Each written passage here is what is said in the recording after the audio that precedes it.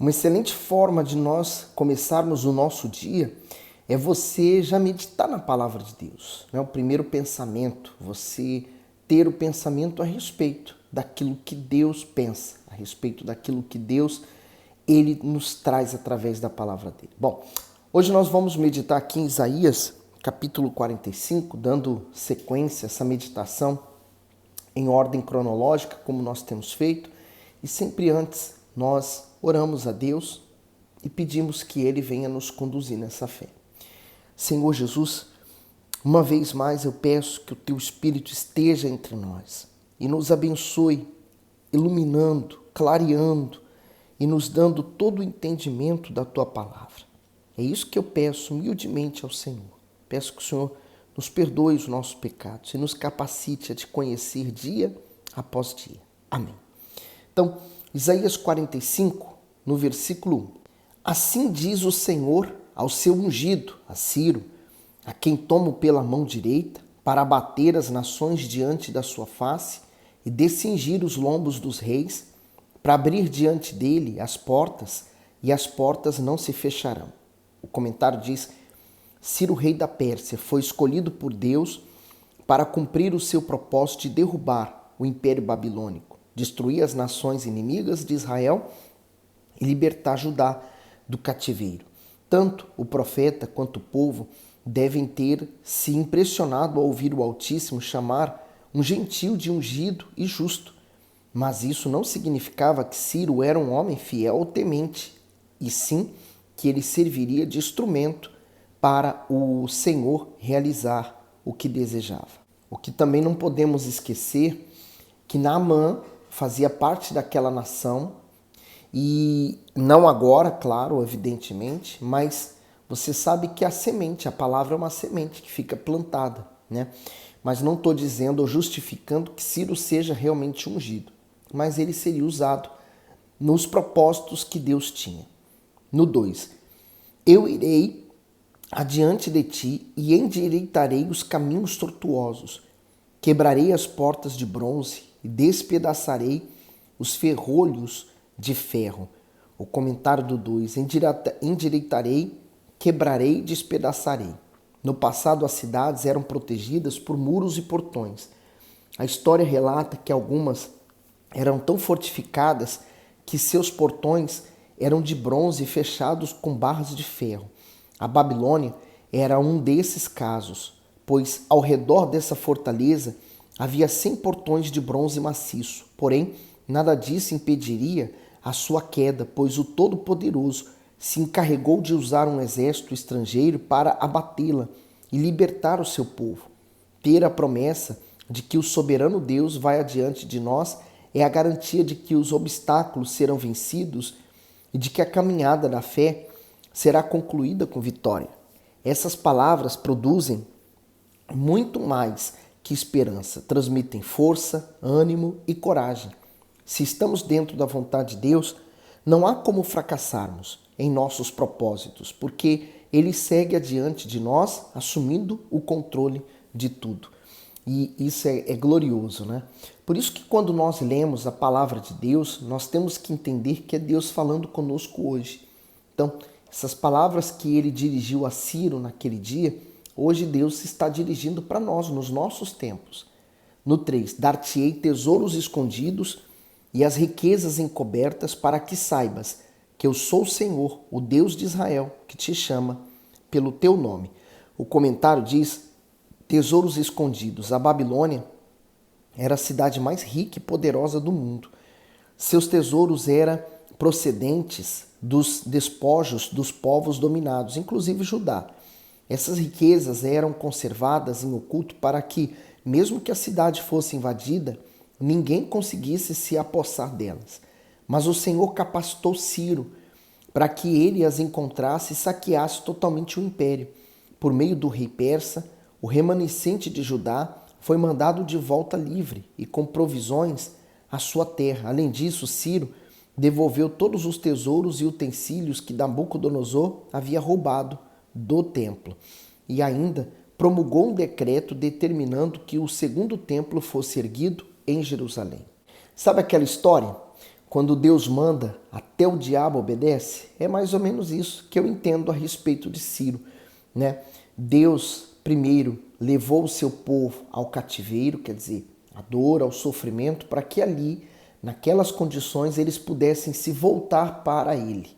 E uma vez que o povo se voltou, agora Deus usa um outro rei que vai subjugar aquele reino para que esse povo volte para sua terra e reconstrua o que estava destruído, né?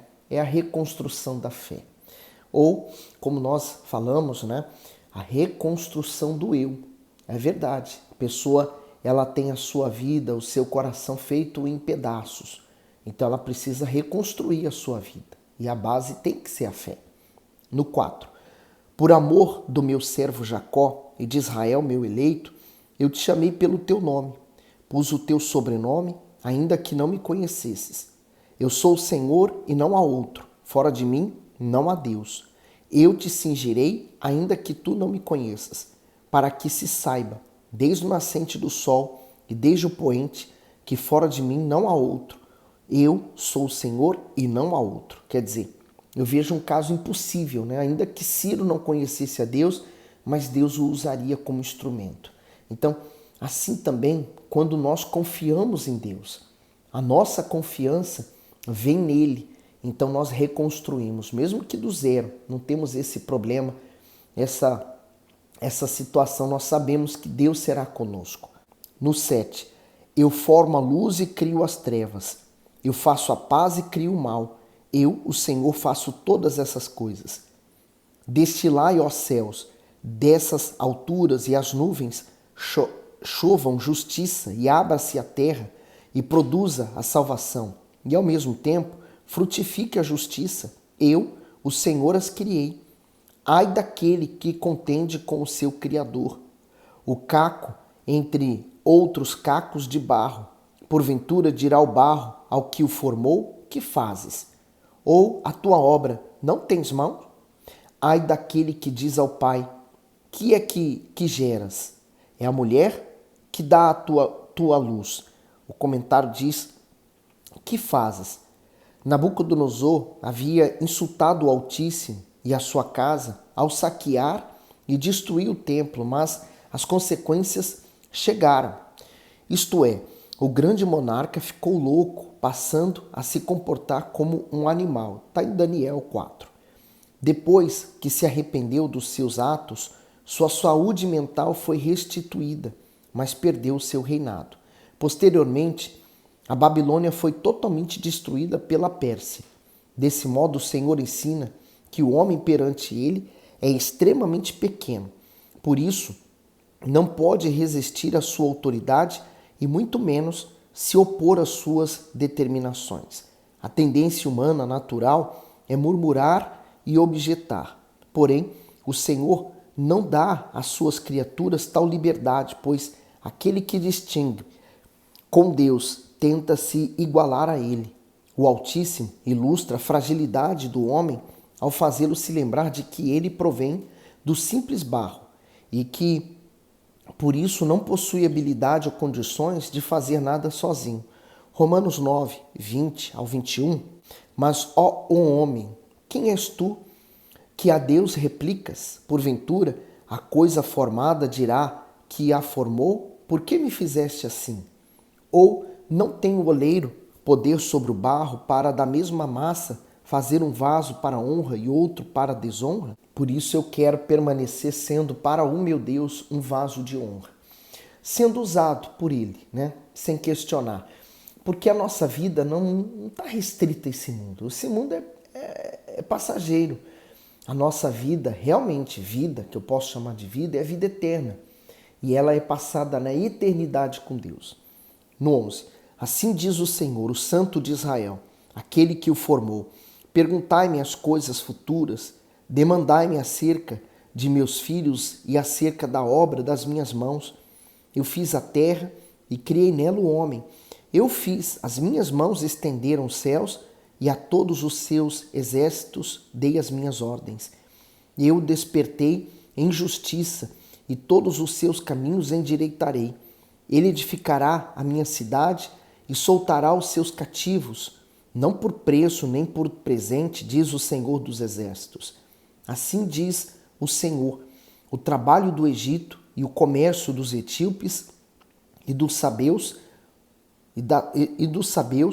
homens de alta estatura, passarão para ti e serão teus. Irão atrás de ti, virão em grilhões, e diante de ti se prostrarão. Far-te-ão as suas súplicas, dizendo: deveras, Deus está em ti, e não há nenhum outro Deus. Verdadeiramente, tu és o Deus que te ocultas, o Deus de Israel, o Salvador. Envergonhar-se-ão, e também se confundirão todos, cairão juntamente em vergonha os que fabricam imagens. Porém, Israel é salvo pelo Senhor, com uma eterna salvação.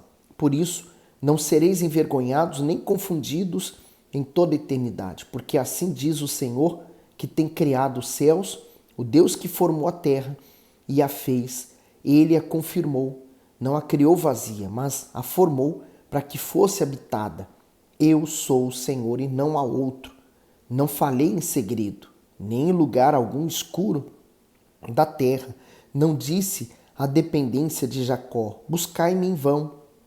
Eu sou o Senhor que falo a justiça e anuncio coisas retas. Congregai-vos e vinde, chegai-vos juntos. Os que escapastes das nações nada sabem. Os que conduzem em procissão as suas imagens de escultura feitas de madeira e rogam a um Deus que não pode salvar. Anunciai e chegai-vos e tomai conselho todos juntos. Quem fez ouvir isto desde a antiguidade? Quem desde então o anunciou? Porventura não sou eu, Senhor? Pois não há outro Deus senão eu, Deus justo e salvador, não há além de mim. Olhai para mim e sereis salvos, vós, todos os termos da terra, porque eu sou Deus e não há outro. O comentário diz: olhai para mim, vós todos. Se o Senhor não estivesse disposto a salvar a humanidade, não faria um convite a todos os termos da terra. A proposta de salvação é universal e urgente. Para obtê-la, o Altíssimo apresenta uma condição: olhar para Ele, isto é, a pessoa precisa se arrepender, tirar do seu coração tudo o que usurpa o lugar de Deus e direcionar o seu foco somente para a sua palavra. E assim também o apóstolo Paulo, ele fala assim: olhando firmemente para o autor e consumador da fé. Então, eles naqueles tempos sabiam de Deus, que Deus, o Deus que tirou eles do Egito, que abriu o Mar Vermelho, que fez maravilhas, prodígios, milagres. Hoje nós temos uma referência, nós temos o seu nome, Jesus Cristo, o nosso Senhor. No 23, por mim mesmo tenho jurado, já saiu da minha boca a palavra de justiça e não tornará atrás, que diante de mim se brotará todo o joelho e por mim jurará toda a língua. O comentário diz: Deus jura por si mesmo, porque não há ninguém superior a ele por quem possa jurar. No versículo anterior, ele afirma sua vontade em salvar o homem e agora enfatiza que essa declaração é extremamente verdadeira. O propósito do Todo-Poderoso para as suas criaturas é perfeito e justo e se tornará realidade na vida dos que lhe obedecem.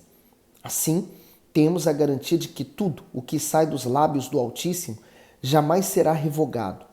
Essa soberania e grandiosidade requer adoração e fidelidade absoluta do ser humano.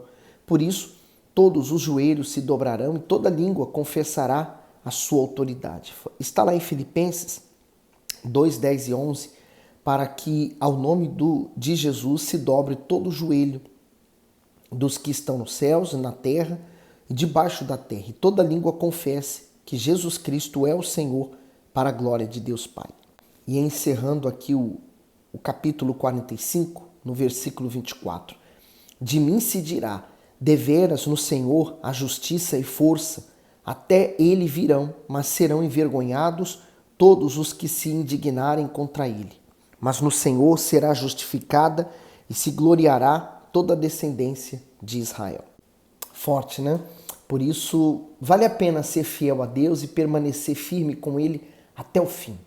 Por isso, ser fiel a Deus nesse mundo é ser diferente de todo o mundo. E graças a Deus, porque há uma satisfação dentro de nós. Agora Isaías 46.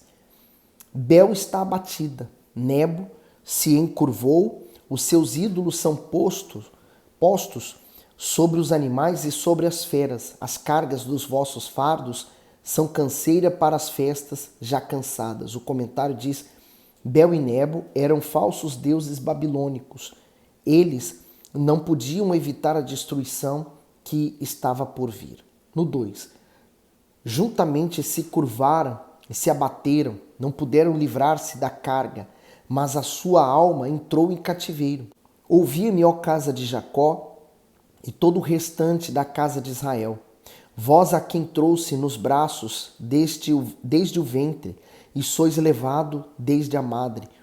E até a velhice eu serei o mesmo, e ainda até os cabelos brancos eu vos carregarei. Eu vos fiz, eu vos levarei, eu vos trarei e vos livrarei. A quem me assemelhareis e com quem me igualareis e me comparareis para que sejamos semelhantes? O comentário diz: vós a quem trouxe nos braços. O Todo-Poderoso mostra que enquanto os ídolos atribuíam e atribuem trabalho e fadiga, pois precisam ser carregados por mãos humanas ou em lombos de animais, ele, por anos a fio, carregava o seu povo nos braços, guiando, sustentando e livrando, sem jamais o abandonar. A metáfora de uma mãe é usada para ilustrar o constante e leal amor do Altíssimo, pois assim como a mulher carrega sua criança no ventre, sente as dores de seu nascimento e a protege, ele gerou a nação de Israel e ainda a ampara e a guardava. Que lindo, né? Mesmo esse texto revela o amor, na verdade, de Deus por todos aqueles a quem se chega a ele. Porque esse é o amor que Deus estava expressando pela nação de Israel. Mesmo que Israel tenha abandonado a ele, mas Deus a ama até hoje. E Deus ama todos aqueles que aceitam o seu Filho. Se você hoje se render, aceitar o Senhor Jesus como Senhor e Salvador, Ele vai também levar você em seus braços. E aí você vai se sentir protegido. Isso não livra você de passar momentos difíceis, mas você sabe quem está passando eles com você. No 6. Gastam o ouro da bolsa e pesam a prata nas balanças, assalariam o ourives e ele faz um Deus. E diante dele se prostam e se inclinam. Sobre os ombros o tomam e o levam e o põem no seu lugar. Ali fica em pé, do seu lugar não se move. E se alguém clama a ele, resposta nenhuma dá, nem livra alguém da sua tribulação. Então, esses são os deuses que há nesse mundo que não responde, não pode responder. São deuses de pau, de pedra, metal, gesso, ouro, né? Madeira, mas eles são assim. E quem os busca também fica, ou se torna, a vida espiritual se torna tal qual eles. Lembrai-vos disso e considerai, trazei-o à memória, ó prevaricadores. O comentário do 8, os prevaricadores eram as pessoas infiéis que violavam as leis divinas. Nessas passagens, esse termo foi especialmente atribuído aos idólatras, que receberam uma severa repreensão de Deus. O 9. Lembrai-vos das coisas passadas desde a antiguidade, que eu sou Deus, e não há outro Deus, não há outro semelhante a mim. E aqui eu entendo o seguinte, né? O poder que Deus exerceu no passado, fazendo grandes maravilhas, milagres extraordinários, é o mesmo poder que ele tem hoje. Mas o que mudou? A fé. Então, quando o pecado está operando no ser humano, não há fé. Quando a pessoa, então, ela se arrepende e ela entrega a vida ao Senhor Jesus, então a sua fé está operando nela. Então, o sobrenatural se torna algo natural acontecer. Mas o contrário, quando a pessoa está dominada pelo pecado, ela não tem fé suficiente para crer que o milagre vai acontecer. Então, o problema aqui da resposta não está em Deus, está em nós crermos, mantermos nossa mente limpa, nosso coração transformado, para que possamos então honrar a Deus com uma fé que crê uma fé que crê que Ele é poderoso. E aí, seguindo aqui o texto, no 10, que anuncia o fim desde o princípio e desde a antiguidade as coisas que ainda não sucederam, que digo, o meu conselho será firme e farei toda a minha vontade, que chamo a ave de rapina desde o oriente e de uma terra remota o homem do meu conselho, porque assim o disse e assim o farei vir. Eu o formei e também o farei. Ouve-me, ó duros de coração, os que estáis longe da justiça. Faço chegar a minha justiça e não está ao longe, e a minha salvação não tardará, mas estabelecerei em Sião a salvação e em Israel a minha glória. O comentário do 12 diz: ouvi-me, ó duros de coração.